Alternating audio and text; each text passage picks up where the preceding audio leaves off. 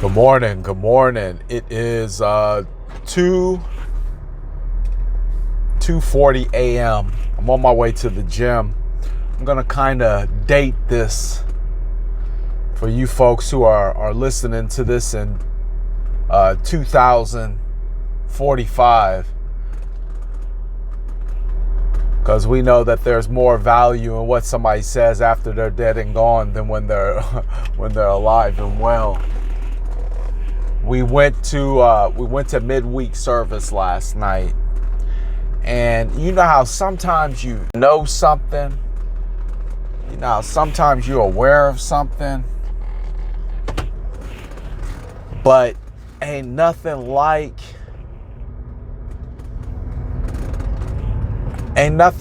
having confirmation about what you already feel to be correct, to help push you in the direction of what is right and what you need to do. And last night, the word was about the first shall be last and the last shall be first. And what was basically being said in so many words is, I know that you feel like there's a lack of blessings, meaning when you start seeing other people,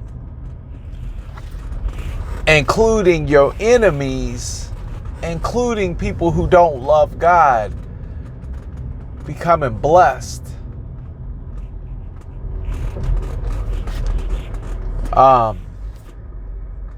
It's easy to get discouraged.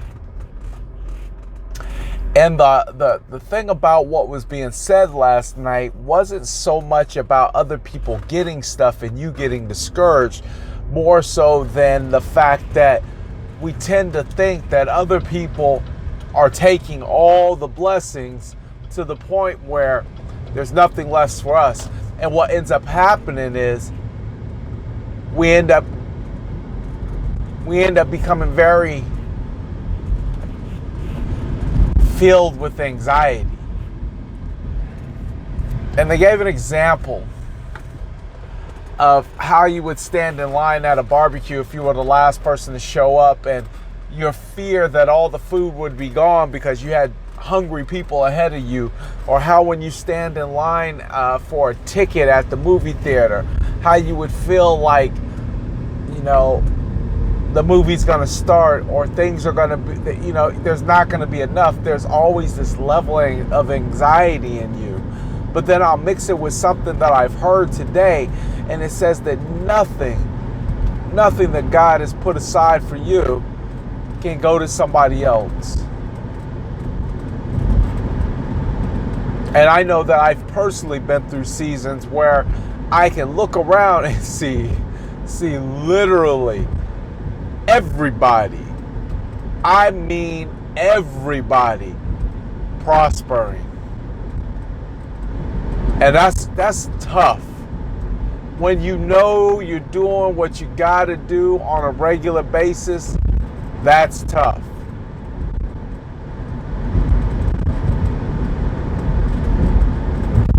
But it says those who shall be first shall be last.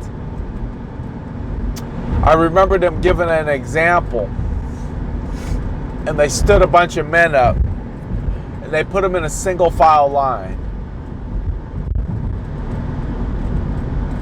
and they had them pointed in one direction, and they automatically assumed that the person at the head of the line that was facing forward in the direction that they were told was the first in line. But at a moment's notice, the men turned around. Now the one that was at the back is now the one that's in the front.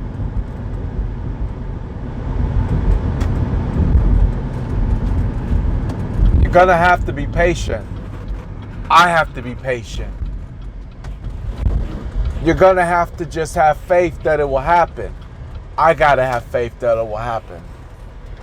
I'm not asking anybody to do anything that I'm not asking myself to do. But you have to be patient.